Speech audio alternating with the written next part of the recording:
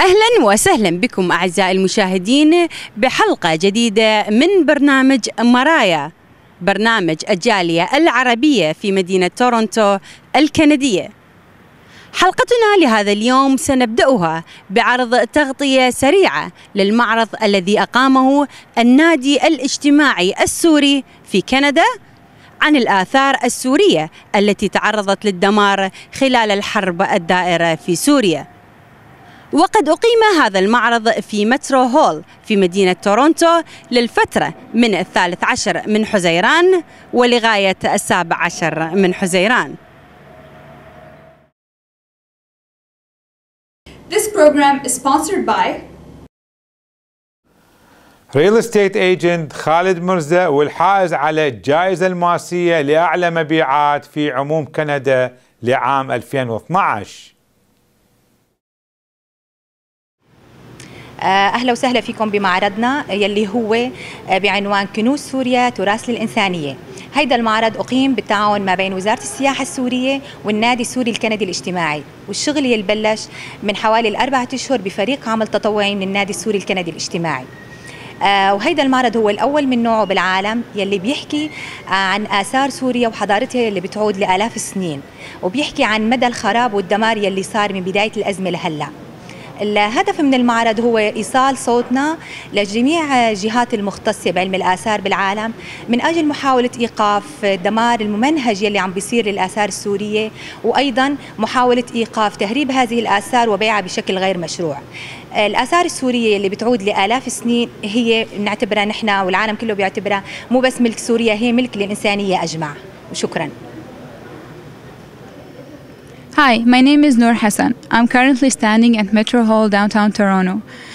We have come together with the Syrian Canadian Social Club to put this exhibition together for the archaeological treasures of Syria, because the archaeological treasures that we have are a heritage to the entire humanity.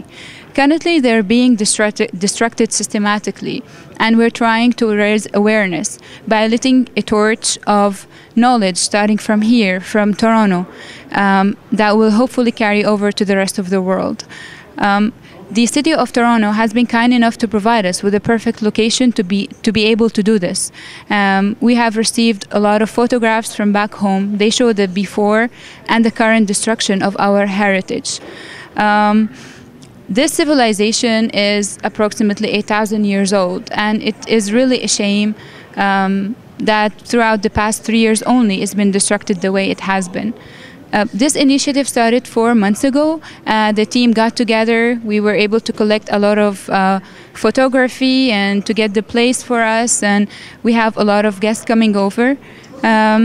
Hopefully this initiative will be the start only to shed some light over the history that we have. We are very happy to have everyone here today and for the past 2 days, and hopefully coming 2 days as well. And hopefully people will appreciate more this heritage. It's not only for us, it is actually for the world. And thank you very much.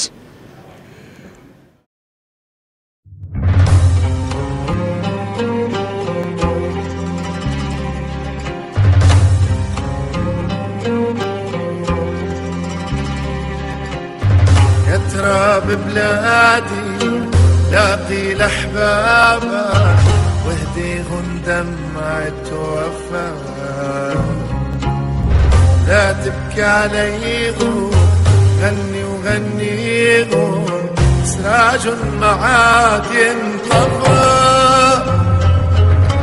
ويا أمي يا سوريا ودمعتك خبية لما بتعطش فداها الروح بالدم الغالي من الصغير، بالدم الغالي نسقيها.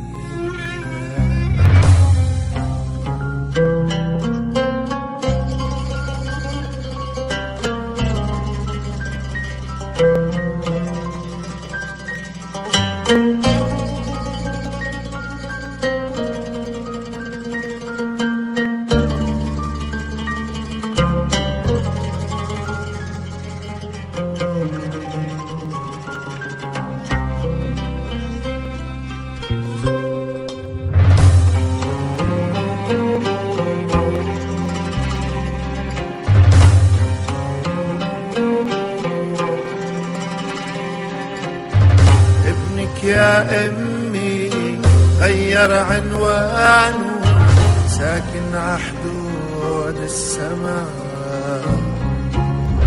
ما أحلى الكلمة كانت على لسانه سوريا روح ودماء. ويا أمي يا سوريا ودمعاتك خبيها لما بتعطش فداع الروح بالدم الغالي بنسقيها بالدم الغالي بنسقيها.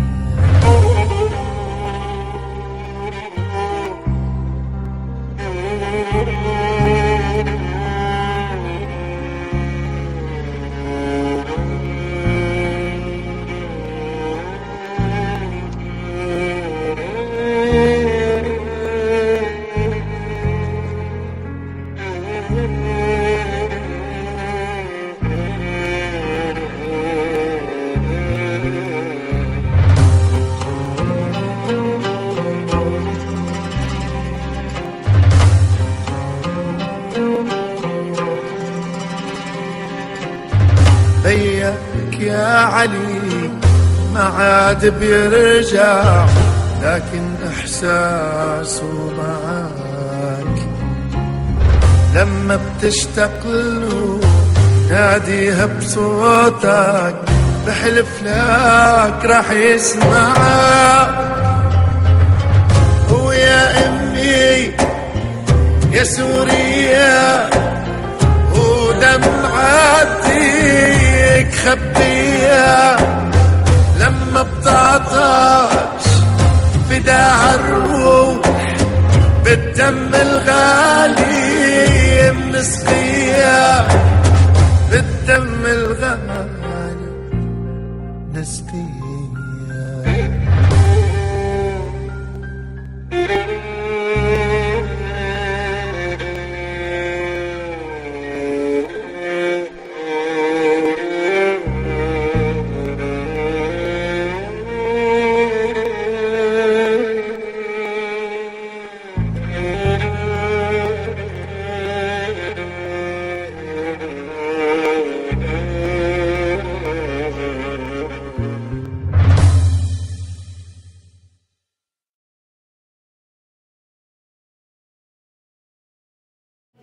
Welcome to our exhibition. The target of our event today is to create awareness of the systemic destruction of heritage sites in Syria.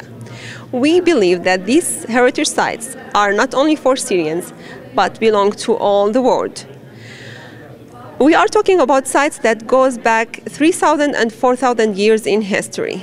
We really hope that the international society in general and the Canadian society in specific will step out of its silence and take some actions to protect what left of these heritage sites. As humans, if we don't know how to value and protect our history, we won't be able to create a better future. Thank you. مرحبا، معكم رحاب من النادي السوري الاجتماعي الكندي يلي هو عمل هذا المعرض، معرض الصور الفوتوغرافية بالتعاون مع وزارة السياحة السورية. أنا حابة أحكي شوي، أعطي لمحة عن نادينا السوري. النادي السوري الكندي الاجتماعي تأسس تقريبا من سنة ونص. بلشنا بحوالي 15 عضو والحمد لله هلأ صار فوق 200 عضو معنا. والنادي هو اجتماعي بحت، يعني ما بيتعامل لا بالسياسة ولا بأي موضوع سياسي أو ديني، بحت ترفيهي ثقافي. هدفه طبعا هو جمع الجالية السورية تحت نادي واحد منظم. وكمان نحن بنرحب الأعضاء العرب عنا ياهم بالنادي، هن أعضاء الشرف، ودوما نحن بنرحب بأي واحد عضو بيحب ينضم لنا، لأنه نحن بالنتيجة وطن واحد وأخوة واحد. النادي بيهدف طبعا إلى جمع الجاليات السورية، مساعدة الناس المغتربين اللي جايين جدد لهون على كندا، مساعدة الناس اللي عم تبحث عن عمل، بنقدر نقدم لهم خدمات. يعني قد ما فينا عم نحاول نعمل نشاطاتنا بهالطريقة هاي حتى نقدر نساعد أي واحد قادم، وبالنتيجة إنه النادي هو عبارة عن وطن صغير بيجمع الجاليات بهالبلاد الاغتراب، ونتأمن إنه الكل ينضم لنا ويصير معنا عضو. شكرا لكم.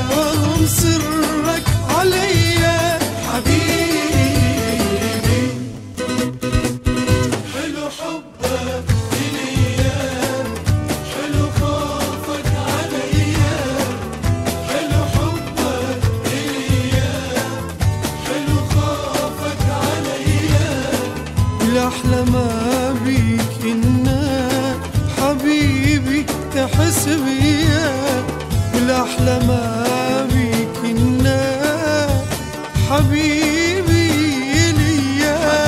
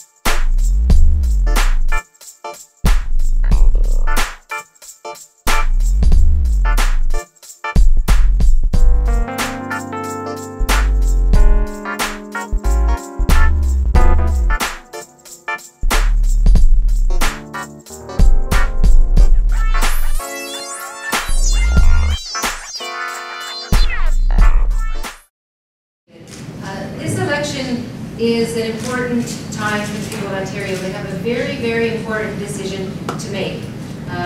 Their choice is one between a corrupt Liberal Party that has wasted a lot of their money, Tim Budak's plan, which will throw 100,000 people into the unemployment lines, or a plan that makes sense because it's focused on the priorities of everyday Ontarians.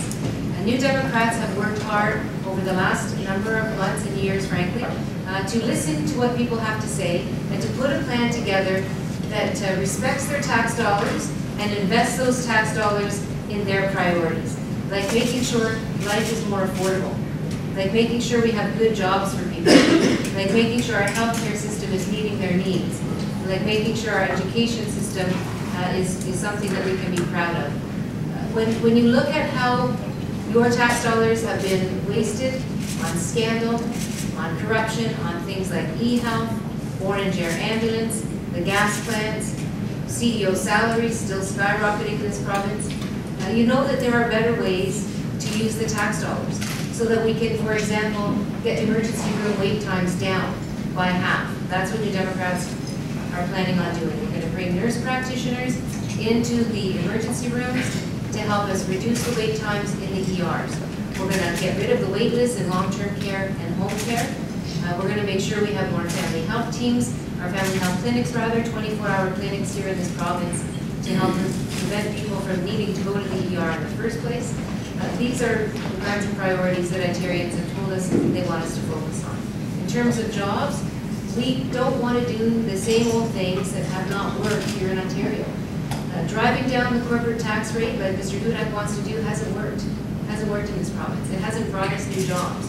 What we want to do is invest with companies that are actually hiring people. So tax credits for job creation, tax credits for investment in this province, reducing the small business tax rate because we know small business is the backbone of our economy. Those are some of our plans around job creation.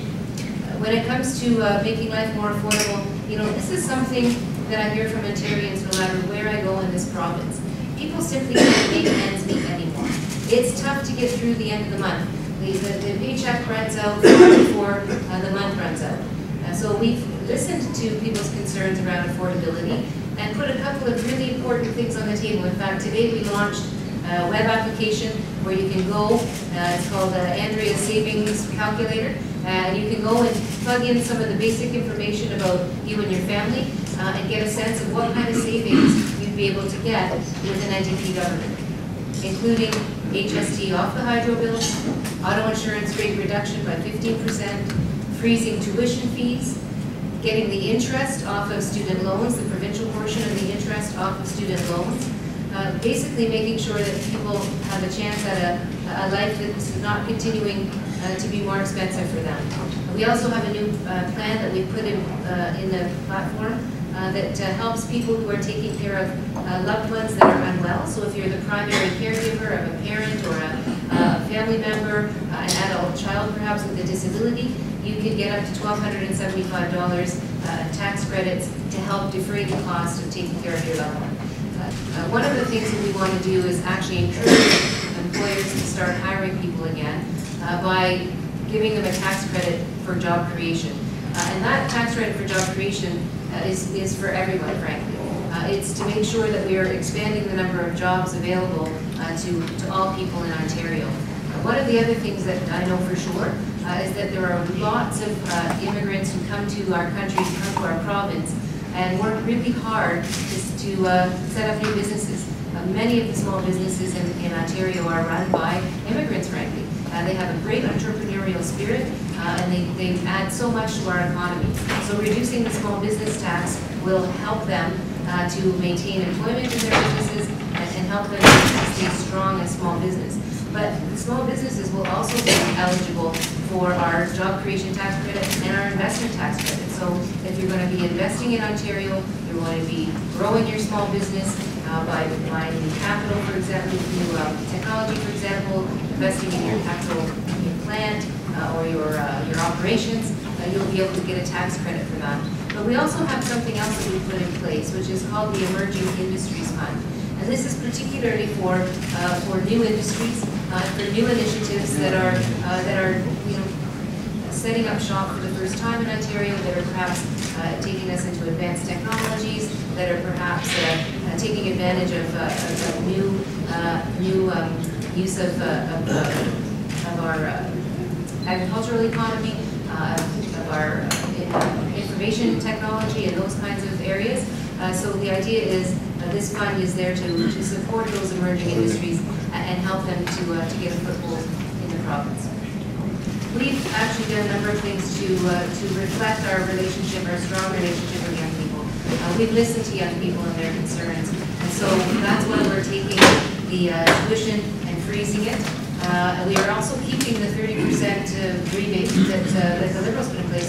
So right now we see that the tuition fees increase each and every year. So within a couple of years, that 30% loses value because the tuition will continue to climb. What we're saying is we're going to freeze the tuition fees as a start, recognizing that your 30% rebate becomes really null. It becomes useless after a couple of years of increases that the Liberals have allowed to occur in terms of tuition. But the other thing is we also know that even with the freeze, it's expensive. It is an expensive proposition to get a post-secondary education in Ontario. We have the highest tuition fees of the country. Our students are leaving with debts the size of mortgages. That's why we're going to take the provincial portion of the interest off of student loans to help relieve a little bit of the pressure for students who are graduating with student loans. Well, you know, this election is about stopping corruption at Queen's Park, frankly. People have told me they're fed up with a corrupt Liberal government that has wasted their money. Look, I mean, $1.1 billion spent on gas plants that could have been invested in healthcare. That could have put a clean train on the air rail link. That could be focused on job creation programs. So I've listened carefully to the people of Ontario, and you know, when I went through the last couple of budget sessions, I did everything I could to try to get results for people, to try to really bring the concerns of Ontarians to the table and get changes to those budgets that reflected what I was hearing from Ontarians. When we got to this last budget session, a couple of things had happened. As I said in my opening remarks, we went through a situation where literally the Ontario Provincial Police came into Queen's Park and took out hard drives because they had been tampered with illegally. That's not a good situation for the people of this province to see a government behaving in that way. We've already done some things to try to bring more transparency and more accountability to Queen's Park. One of the fundamental pieces was the Financial Accountability Office. We forced the government to pass legislation instituting a Financial Accountability Office. The problem is they didn't bother to actually hire anybody. And so we got to December of last year when they had promised they were going to have that office up and running by Christmas, and they didn't. They basically didn't fulfill that promise. So the Financial Accountability Office is one thing that we are going to do. The other thing, if given a chance, becoming the government of this province, is we're going to institute somebody at the cabinet table who's responsible for ensuring that there's a culture change around the cabinet table. cabinet table, there's a bunch of people that sit around deciding how to spend money. انتهت حلقتنا لهذا اليوم من برنامج مرايا، برنامج الجالية العربية في مدينة تورونتو الكندية. في الختام تقبلوا تحياتي أنا نازك هاشم وتحيات مخرج البرنامج محمد جوراني.